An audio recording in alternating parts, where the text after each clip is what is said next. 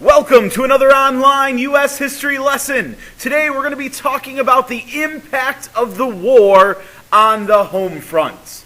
And this is what we're going to refer to as being total war, where it just doesn't involve the soldiers who are being mobilized, but it also involves everyone else. So as the doughboys are leaving for France, Americans at home are mobilizing. So let's look at the home front and certain groups. There were 5 distinct groups that were affected by this war on the home front. There were the civilians, the politicians, the relatives of the soldiers, nurses, and the factory workers. So when we're talking about civilians, we're really saying that everybody was involved. Correct. Whether it was being pressured to buy things like Liberty bonds. In fact, they would say a bond slacker is a Kaiser backer. Also, the fact that the income tax is raised at this time to pay for the war effort. The Food Administration is founded by Wilson, who then puts Herbert Hoover in charge, and you'll see things like meatless Mondays, wheatless Wednesdays. You also have the Fuel Administration, where we also have heatless Mondays on top of those meatless Mondays. Man, those Mondays were rough. The next group that we're going to highlight are the relatives, and this is a kind of a pretty obvious group. These individuals had to deal with their loved ones going off to war or help in the war effort overseas, and that led to a lot of heartache, and people were missing their relatives terribly. Another group is the politicians. Some of the big things that come out of this is Woodrow Wilson will be the first U.S. president to visit Europe. Also, you will see many of the politicians at home charging up many of these initiatives, such as the Food Administration, the Fuel Administration. It does take everyone to get the home front mobilized.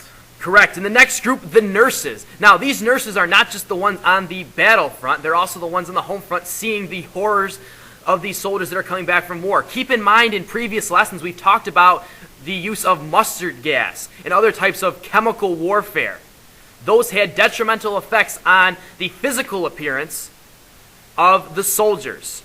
Also, the new types of weaponry with the machine guns, the tanks, some of the airplanes, and trench warfare in general led to a lot of disfigurement and injuries that were horrifying for these nurses to see. And then lastly, factory workers. This is when you start to see industry shift from consumer goods to war production. It'll be the first time that the government will really work closely with the military and with industry, and they will do this by creating the War Industries Board. You'll see women start to replace men in the factories. This will help them gain respect, which will pave the way for them to gain their suffrage rights.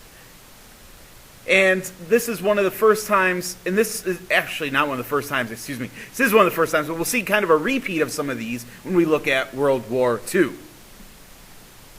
And one of the ways the government was able to get all of the citizens of America behind this war effort, especially on the home front, was through the use of propaganda. What does propaganda mean? Propaganda is information that's used, usually in advertisements, to influence a person's opinion. Oftentimes during war, propaganda is used to get people to support the war effort. And one of the ways that Wilson will create this propaganda to kind of oversee this, he creates the Committee on Public Information, or the CPI, if you will. Government loves acronyms.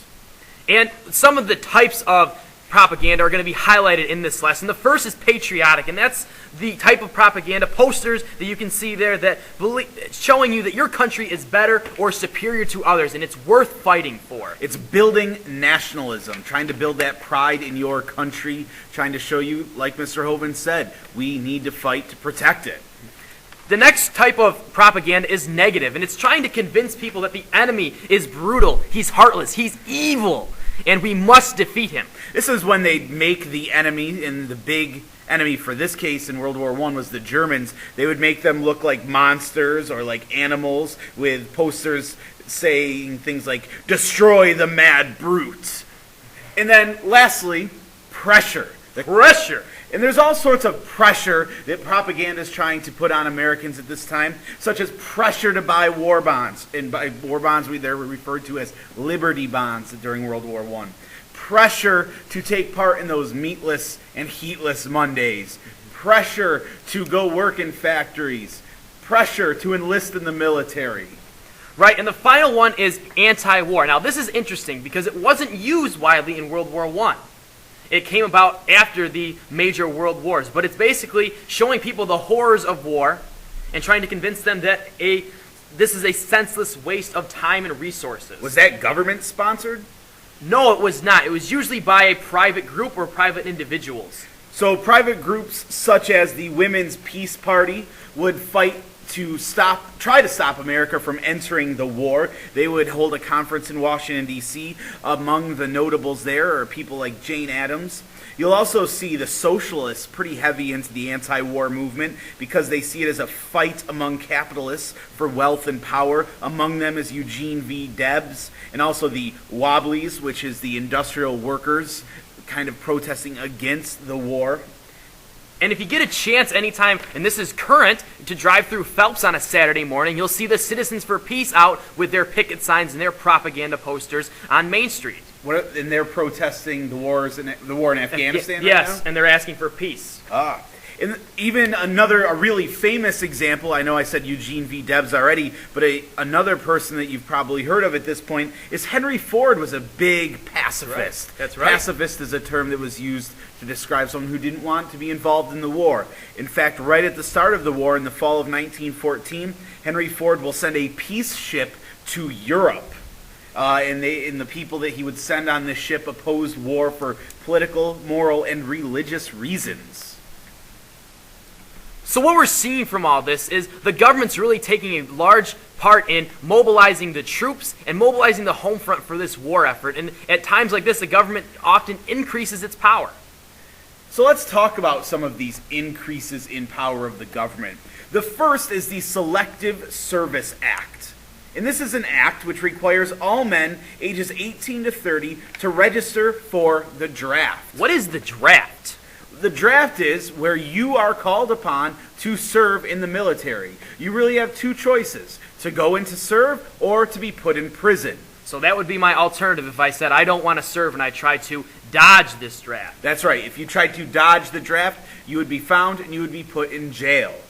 Men would then be selected by a numerical draw. So you're assigned a number. Still today, even though we don't have a draft right now, as soon as males turn the age of 18, they have to register for selective service.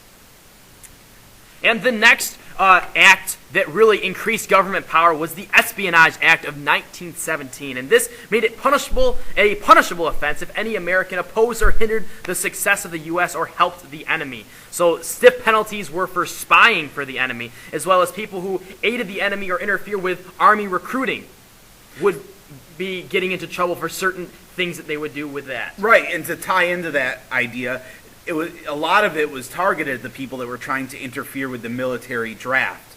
Even the postmaster was given some extended rights under this act that they could refuse to deliver materials that might encourage disloyalty to the United States. Really, so the government took control of the mail. That's correct. So at this time, the Espionage Act is tested. It is tested in the Supreme Court case of Schenck versus the United States in 1919. What it does is it involves a guy named Charles Schenck, who had been distributing leaflets that encourage people to resist the draft. So he would be encouraging people to dodge the draft or tear up their draft number tickets. And the big thing to know from this court case that comes out of it is the clear and present danger clause, which basically says freedom of speech is not absolute in times of war. So what does that mean, really? What does it mean when that's in our Constitution? It says we have the freedom of speech. Well, let me read to you a part of the opinion from the Supreme Court, the majority opinion. When a nation is at war, things that might be said in the time of peace will not be endured so long as men fight. So this kind of, if you remember back to the Civil War when we talked about Lincoln suspending habeas corpus, this is another example of limiting civil liberties during wartime. Interesting. Just another example. So this kind of wraps up this idea of World War I in the home front, and the idea we want you to come away with is total war, meaning everybody is involved. Next time, we'll talk about ending the war. See you later. Bye-bye.